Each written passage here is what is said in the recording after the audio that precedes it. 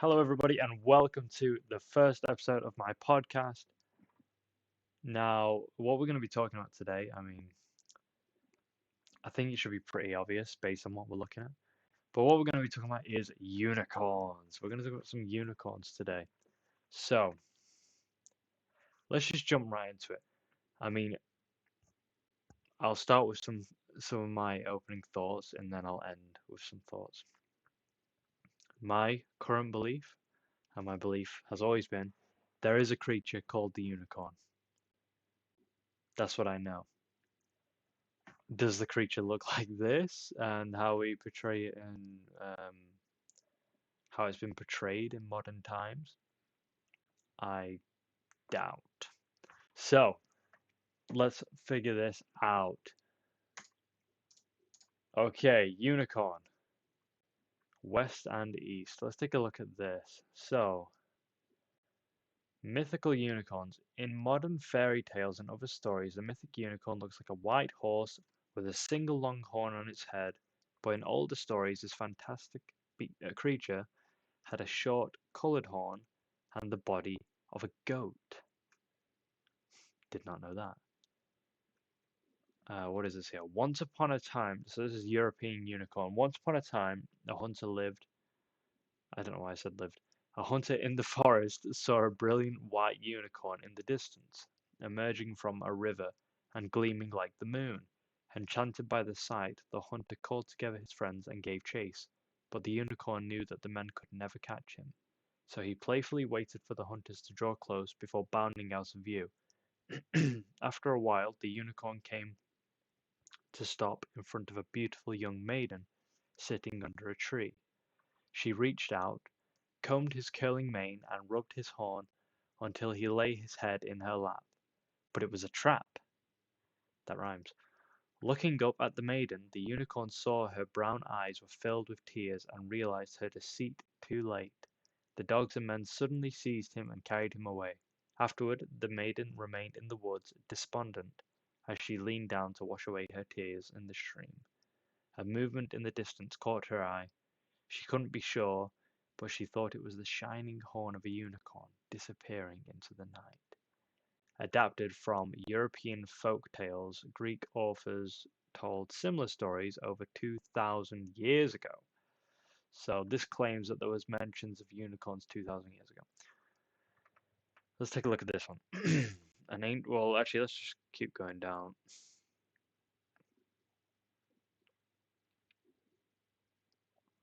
Okay.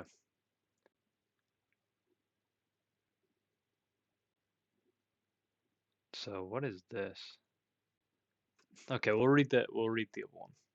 So, an ancient tale. You may have heard that the one-horned unicorn is so magical that its horn can counteract poisons. No, I didn't know that. And it is so elusive that no person can catch it. Fairly obvious. But did you know that these unicorn stories began in ancient Greece? Did it? More than 2,000 years ago, Greek travelers told tales of unicorns living in far-off lands. As the fabulous accounts spread around the Western world, few people questioned that unicorns actually existed. Indeed, in about 300 BC, scholars translating the Old Testament from Hebrew into Greek concluded that the Hebrew term reem, I don't know how you pronounce that one, referred to a unicorn. Even early naturalists considered the unicorn to be a living animal. Several ancient catalogues of animals of the world include unicorns and describe them as solitary beasts that often battle lions and elephants. Interesting, cool. And there's a depiction. Cool. That's interesting. It does not look like, well, it looks like a unicorn, but very different as well. Very different. Okay. So, moving on to biblical mentions, because it is mentioned in the Bible. So we're going to go through the biblical mentions of the unicorn. So, God brought them out of Egypt. He hath, as it were, the strength of an unicorn. So, we know the unicorn, whatever it is, this creature, whatever it is very strong. So, we know this creature is strong. Second, God brought him forth out of Egypt. He hath as it were the strength of an unicorn. He shall eat up the nations his enemies, and shall break their bones and pierce them through with his arrows. Again, another mentioning of the strength of a unicorn. His glory is like the firstling of his bullock, and his horns are like the horns of unicorns. With them shall he push the people together to the ends of the earth, and they are the 10,000s of Ephraim, and they are the thousands of Manasseh. So again, no, this time it's talking about the horns of a unicorn. So we know unicorns have horns. So they're very strong, and they have horns. Very strong and have horns. Will the unicorn be willing to serve thee, or abide by thy crib? Canst thou bind the unicorn with his band in the furrow, or will he harrow the valleys after thee? Wilt thou trust him because his strength is great, or wilt thou leave thy labour to him? Wilt thou believe him that he will bring home thy seed, and gather it into thy barn? Again, it's talking about the unicorn's strength. God thought it was very important to mention the unicorn's strength. This seems to be its main quality, actually. It's known for its strength. Save me from the lion's mouth, for thou hast heard me from the horns of the unicorns.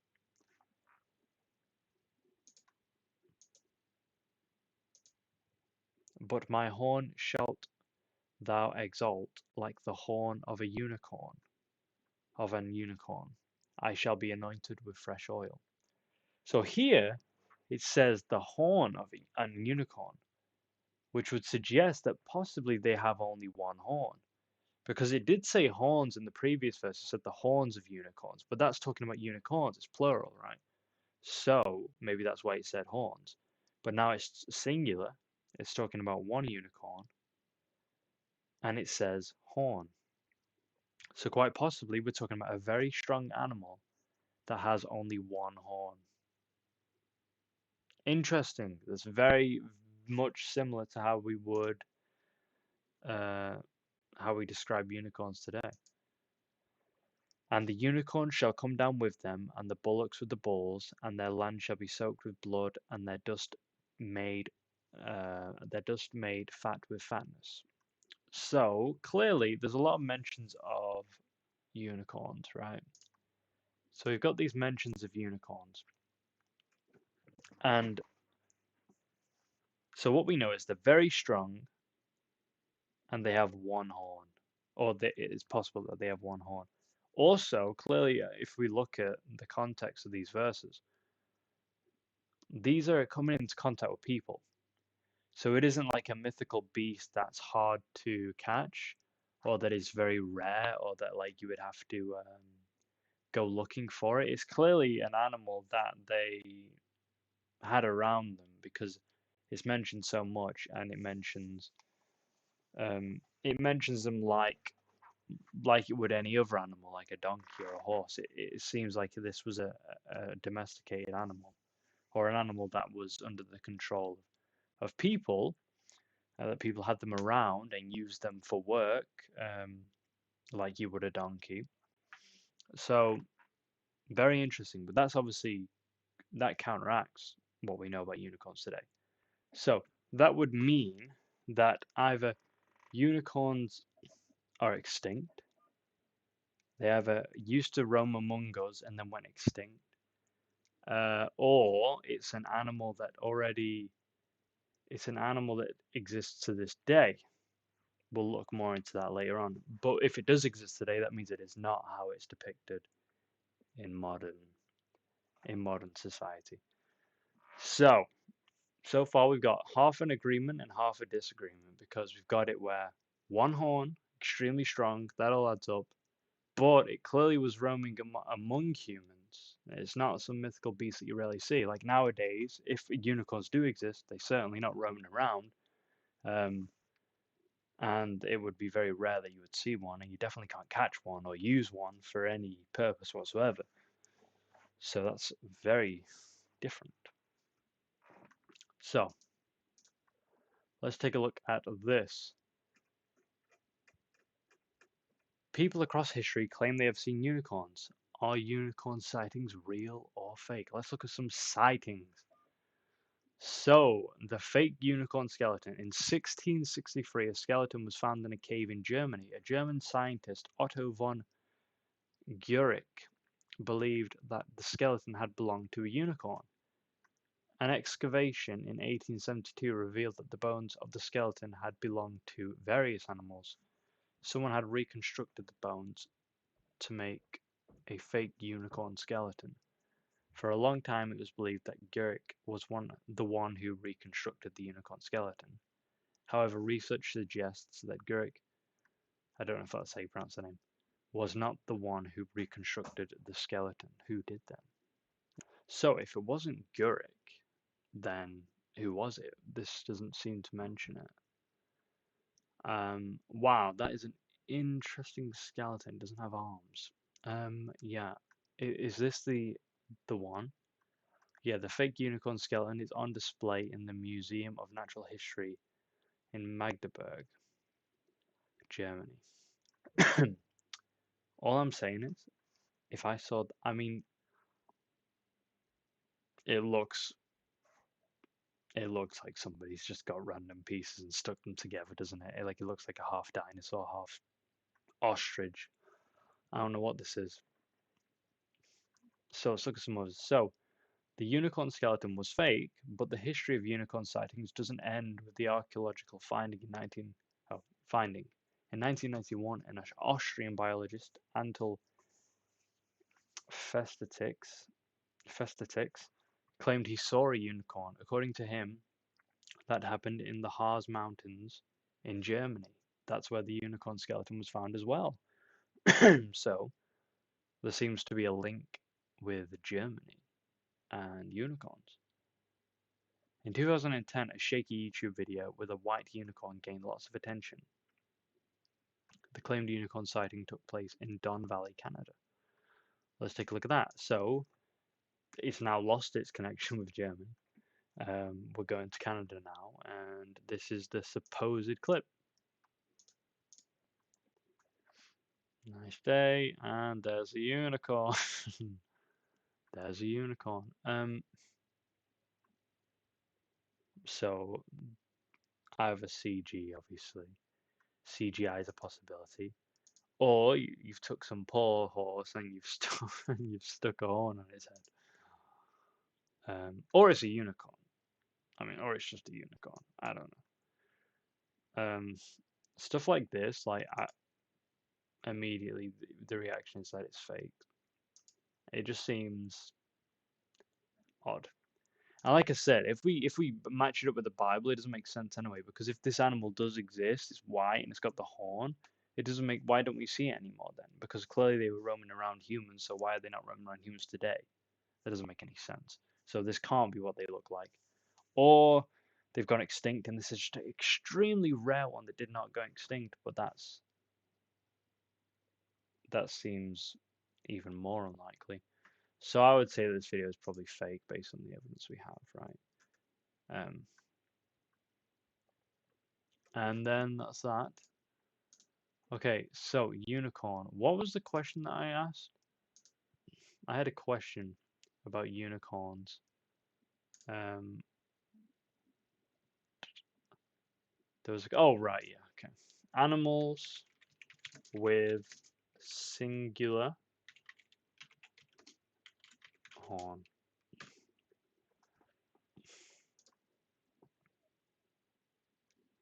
Animals with singular horn. So, 8 animals with 1 horn. What have we got here? So, Indian rhinos. We got rhinoceros. 1 horn. Extremely strong. Interesting. That makes sense with what the Bible said. It has 1 horn. It's extremely strong. It also links in with what this article was saying. With they are known to fight lions and stuff like that, battle lions and elephants, I think a rhinoceros would be a pretty good candidate for someone that could, if you were going to pick an animal who could go up against a lion and an elephant, I think one of the very rare candidates would be probably a rhinoceros, right? What else we got? What else we got? The rhinoceros beetle. That's what they were talking about. That little guy, he can take on a lion. You should see him. Looks small, but trust me, he's got it in him. Okay, I think we can move on. Cassowary. I think we can move on. I mean, that does have potential to be very strong, but I'm not sure this is quite what it would be talking about. Nope, you're definitely not in the conversation. You, the unicorn fish, you're not in the conversation. I'm sorry, but you're not. The rhino horned lizard, cool. I've never seen these animals before. Um, I've never seen that animal in my life. That is interesting. Rhino horned lizard, cool. No. Oh wow, this one is so rare. It doesn't even have a picture. Have you ever heard of Saola? The answer is probably no. This is because the Saola is also called the Asian unicorn, is very rarely seen. This small deer can only be found in Vietnam. Its existence was discovered just 3 decades ago. What does it look like? Because we don't have anything. Ah, okay, that's double horned. This is double horned. Single horned Saola. No, they don't. They have two. These things have two. So it's definitely not that. Okay, so the Asian unicorn is what we're trying to search for here. The Asian unicorn. No, when you put in Asian unicorn, it comes up with the same animal, and it's double horned. This obviously Asian folktale. It's got one, but whatever is alive today, this guy, he has two. So doesn't match up with this. But interesting that they've got mentionings of them. That's very interesting. It's very interesting when different cultures from different parts of the world all have the same mentionings of the same things or the same creatures. Very, very interesting. And number one is a narwhal. Narwhal. Narwhal. It's obviously not talking about that either, but pretty cool. This guy doesn't have one. I don't know if that's because it's a male or a female. They don't have, maybe both sexes don't have them. I don't know. But this guy's got one. So the only credible answer, at least from this list that we can see, is a rhinoceros. So I wonder if the animal that's actually being mentioned in the Bible is actually what we would call today a rhinoceros. So from the information that I've been able to gather, I don't know how much of it is accurate because I'm just pulling from random websites, right? So it would seem like rhinos, from what I read, it said rhinos haven't been in Israel. Like that's not like their natural habitat, right? The only rhinos you'll find in Israel are in zoos. So that would suggest, if that is true, that means that the animal that has been mentioned is not a rhino. Or the information's invalid and maybe there were rhinos in Israel. They're the only two possibilities. Obviously, the information's incorrect and there were rhinos in Israel, which would mean likely the unicorn is the rhino. Or two, rhinos have never were in Israel and the unicorn is not the rhino, which means the unicorn is probably an extinct animal. Not a mythical creature, because by the description we've got, all we have is that it's strength, it's got one horn, and it was among the people. So chances are not mythical, just an animal that probably does not exist today, from the information that I've been able to gather. Okay, so my final thoughts are, this has actually changed my mind a little bit. I think the likelihood is that the unicorn is a rhino. actually, that the unicorns being mentioned is a rhino. Um, I do not think that it's impossible that rhinos have been in Israel. I don't find that. I don't think that's impossible that rhinos have been in Israel. So I think there's a very possible chance that it was rhinos. Um, but if it's not rhinos, then it must be an animal which went extinct and not a mythical creature. So I did learn quite a lot actually. We did learn some things, little bits of information. It was interesting anyway. I hope you learned something. But that's going to be the first episode of the podcast. I hope you enjoyed it. If you like it, let me know and I will do another one. What will the next episode be? Maybe Bigfoot, maybe aliens, maybe the Loch Ness monster. Whatever you want, let me know what you want, and I will think about doing that. Probability is that it's going to be Bigfoot, 'cause I really do like Bigfoot. So we'll see. But thank you for watching this episode or listening, and I will see you in the next one.